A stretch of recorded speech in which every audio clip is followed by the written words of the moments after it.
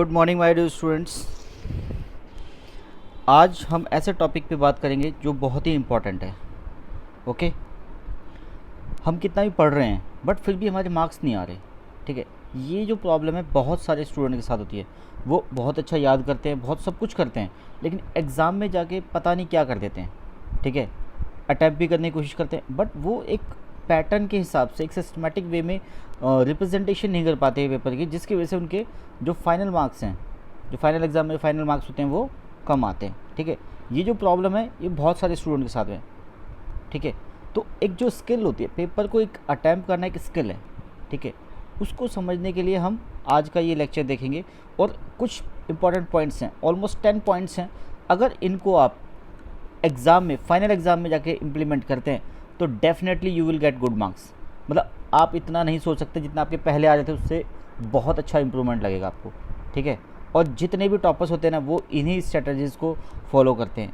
देखो, नॉलेज का होना अलग चीज़ है बट उसको आप किस तरीके से रिप्रेजेंट कर रहे हैं वो एक अलग बेंचमार्क है। ठीक है, तो रिप्रेजेंटेशन बहुत ही इंपॉर्टेंट है। आपकी पर्सनैलिटी कितनी अच्छी है, आप कितने गुड लुकिंग हैं, ठीक है, वो यहाँ पर कुछ मैटर नहीं करता। बिकॉज जब आप एग्ज़ाम लिख के आते हैं तो सिर्फ एग्ज़ामिनर के पास आपका हैंड रिटन जो पेपर है वो है। अब वहाँ पे आपकी प्रेजेंटेशन स्किल कैसी है उसी पे आपको इवेल्युएट किया जाएगा। ठीक है, तो अब बहुत इंतज़ार हो चुका है, अब बात करते हैं उन स्पेशल पॉइंट्स की, इंपॉर्टेंट पॉइंट्स की, जिसके बेस पे आपको एक्स्ट्रा मार्क्स मिल सकते हैं जो आप सोच सकते हो। ठीक है, ग्रेट। तो आई am your learning partner Pradeep Kumar. मेरे लेक्चर आप लोग बहुत देख चुके हैं। ठीक है, चैनल को आप लोगों ने सब्सक्राइब भी किया हुआ है, लाइक भी किया हुआ है। जिन लोगों ने नहीं किया, जो चैनल पे फर्स्ट टाइम है, I welcome to you all. ठीक है, तो प्लीज़ आप लाइक कीजिए, शेयर कीजिए, सब्सक्राइब कीजिए। ठीक है, आज का टॉपिक कोई बुकिश टॉपिक नहीं है, कोई आपका लेक्चर नहीं है, बट ये क्या है, आपको अटैम्प्ट कैसे करना है क्वेश्चन पेपर, उसके रिगार्डिंग हम इंपॉर्टेंट फैक्ट्स की बात करेंगे, डेटा की बात करेंगे। क्लियर है? तो अब स्टार्ट करते हैं। How to attempt paper in exam.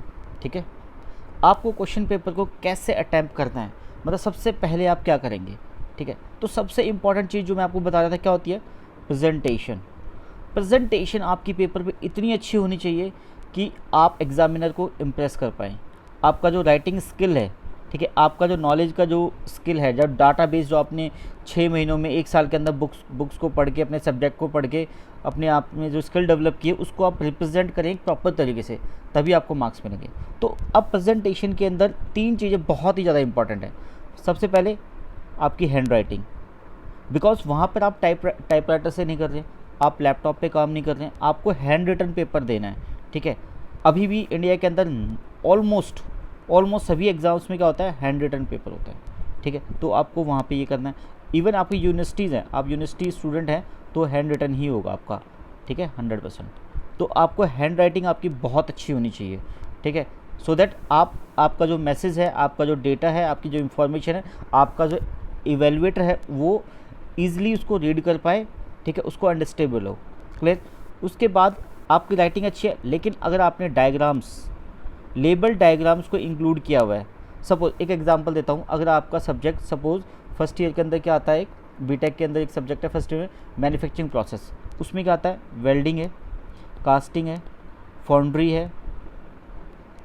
ठीक है, तो ये सब चीज़ें उसमें, अगर उनमें क्या, हर एक टॉपिक में क्या डिफरेंट डायग्राम्स है, अगर आपने उन डायग्राम्स को बनाया है, लेबल डायग्राम्स किया हुआ है प्रॉपर तरीके से, तो आपके जो मार्क्स जो एवरेज स्टूडेंट है ना उससे ज़्यादा लगेंगे। ठीक है, क्योंकि आपको जब डायग्राम की पूरी पिक्चर नॉलेज है आपको, ठीक है, तब तो आपको मार्क्स ज़्यादा मिलेंगे। तो डायग्राम्स का होना बहुत ज़्यादा इंपॉर्टेंट है। अगर आपका ऐसा सब्जेक्ट है जहाँ पे डायग्राम्स हैं तो प्लीज़ आप डायग्राम्स बनाएंगे एग्ज़ाम के अंदर। क्लियर? फाइनल चीज़ इसमें दूसरी क्या है, फैक्ट्स एंड इम्पॉर्टेंट इन्फॉर्मेशन। देखो, हर एक चीज़ को क्या करते हैं आप उसकी फॉर्म में लिखे जा रहे हो, पैराग्राफ की फॉर्म में लिख रहे हो, लेकिन अगर इसके अंदर एक भी फैक्ट और डेटा नहीं है ना जो एग्जामिनर को चाहिए, अदरवाइज़ क्या होगा, ये सब बेकार है।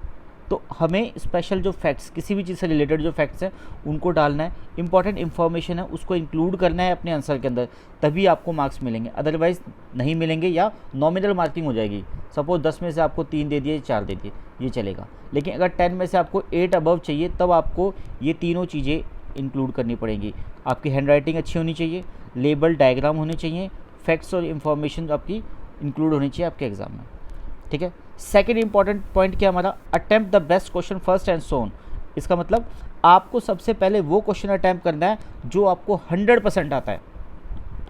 वो क्वेश्चन नंबर आपका 5 भी हो सकता है, क्वेश्चन नंबर 7 भी हो सकता है, 8 भी हो सकता है, क्वेश्चन नंबर 1 भी हो सकता है, 2 भी हो सकता है, ठीक है। तो आपको सबसे पहले क्वेश्चन पेपर मिलते ही क्या डिसाइड करना है कि मुझे सबसे पहले कौन सा पेपर क्वेश्चन अटेम्प्ट करना है। पहले मैं 5 करूँगा, फिर 3 करूँगा, फिर 1 करूँगा, फिर 2 करूँगा, फिर मैं 6 करूँगा। तो ये जो सीक्वेंस है ना, ये आपको बनाना है according to your knowledge best. सबसे पहले सब 100% आपको 5th आता है तो 5th, 90% आपको 4th आता है 4th, 80% आपको 3rd आता है तो 3rd। इस सीक्वेंस में हमें चलना है। आपकी यूनिवर्सिटी एग्ज़ाम में अगर आप सीक्वेंस को ऊपर नीचे करके एग्ज़ाम अटैम्प्ट करते हो तो आपके मार्क्स नहीं कटते, ठीक है। बट आप क्लियरली मेंशन करेंगे क्वेश्चन नंबर 5 आंसर इस तरीके से, तब ठीक है। थर्ड पॉइंट क्या है, always stick to the word limit and marks of the question. हमें हमेशा वर्ड लिमिट का ध्यान रखना है। अगर हमें 200 वर्ड्स में कोई आंसर लिखना है तो हमारे एटलीस्ट 210 वर्ड्स होने चाहिए, ठीक है। इससे ज़्यादा नहीं और इससे कम नहीं, 180 में भी काम नहीं चलेगा, ठीक है। और अगर आपका 5 मार्क्स का क्वेश्चन है तो 5 मार्क्स के क्वेश्चन के वर्ड्स लिमिट के अकॉर्डिंग लिखेंगे। 12 मार्क्स का क्वेश्चन है तो 12 मार्क्स के क्वेश्चन के वर्ड लिमिट के अकॉर्डिंग लिखेंगे। ऐसा नहीं है कि 2 मार्क्स का क्वेश्चन है और इसमें आप 250 वर्ड्स लिख रहे हैं, ये टाइम वेस्टेज है, ठीक है।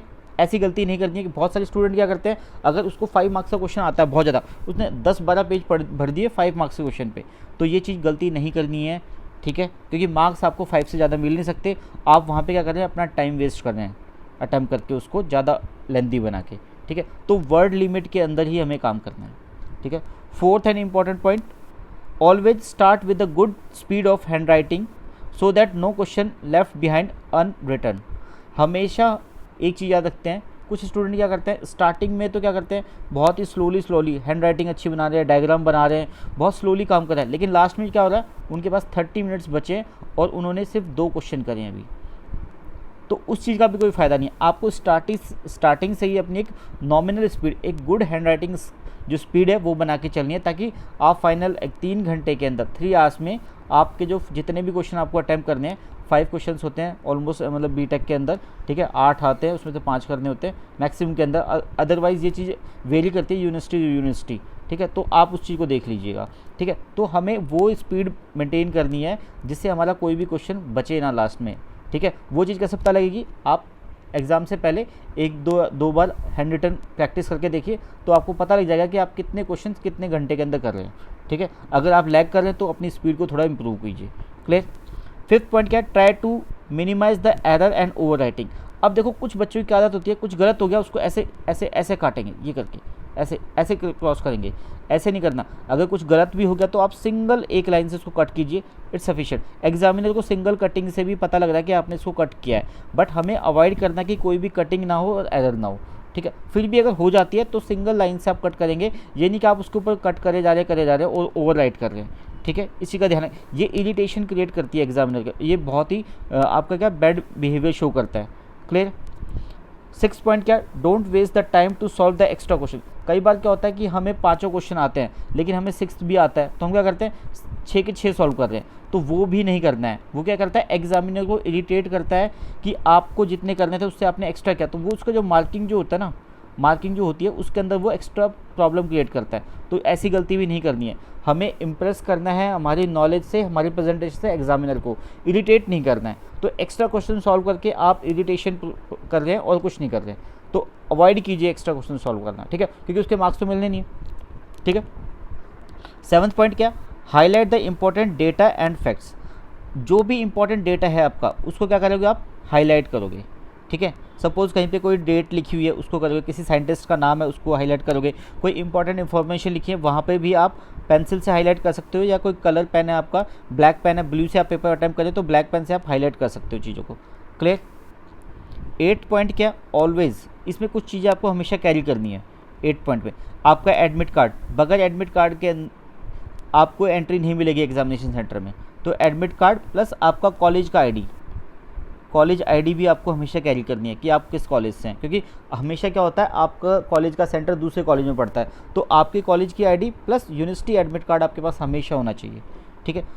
सेकंड पॉइंट क्या है इसके अंदर, एक्स्ट्रा पेन पेंसिल इरेज़र ये होने चाहिए आपके पास हमेशा, ठीक है। ज्योमेट्री बॉक्स होना चाहिए, अगर आप बीटेक के स्टूडेंट हैं तो ज्योमेट्री बॉक्स आपके पास होना ही चाहिए, ठीक है। कैलकुलेटर साइंटिफिक होना चाहिए इफ़ अलाउड इन एग्ज़ाम, ठीक है। कुछ एग्जाम्स में कैलकुलेटर अलाउड होता है, कुछ में नहीं होता, तो ये आपकी सारी इन्फॉर्मेशन आपके एडमिट कार्ड के पीछे होती हैं। क्लियर। आपके पास वॉच होनी चाहिए but non digital, digital watch किसी भी एग्ज़ाम में अलाउड नहीं है। आप एनालॉग जो वॉच होती है हमारी, ठीक है, कन्वेंशनल, वो आप यूज़ कर सकते हो, ठीक है। 9th पॉइंट क्या, don't leave any question unanswered. अगर आपको 5 क्वेश्चंस लिखने के लिए बोला है तो आप कोई भी क्वेश्चन नहीं छोड़ेंगे, ठीक है। जितना भी आपको आता है, अगर आपको क्वेश्चन, सपोज़ आपको क्वेश्चन पेपर में 4 क्वेश्चन पेपर, आपने 4 क्वेश्चन कर लिया, आपको 5th क्वेश्चन का आंसर नहीं आता, ठीक है, तो उस क्वेश्चन के अंदर जो भी आपको समझ में आ रहा है ना, जितना भी आ रहा है as per your best knowledge, आप उसको प्रॉपर तरीके से अटैम्प्ट कीजिए। बिकॉज देखो नेगेटिव मार्किंग तो है नहीं, ठीक है, तो कुछ ना कुछ आपको मार्क्स मिलेंगे, तो इसलिए हमें क्या करना है, कोई भी क्वेश्चन को छोड़ना नहीं है अनआंसर, आपके बेस्ट नॉलेज के अकॉर्डिंग उसको आपने अटैम्प्ट करना है, ठीक है।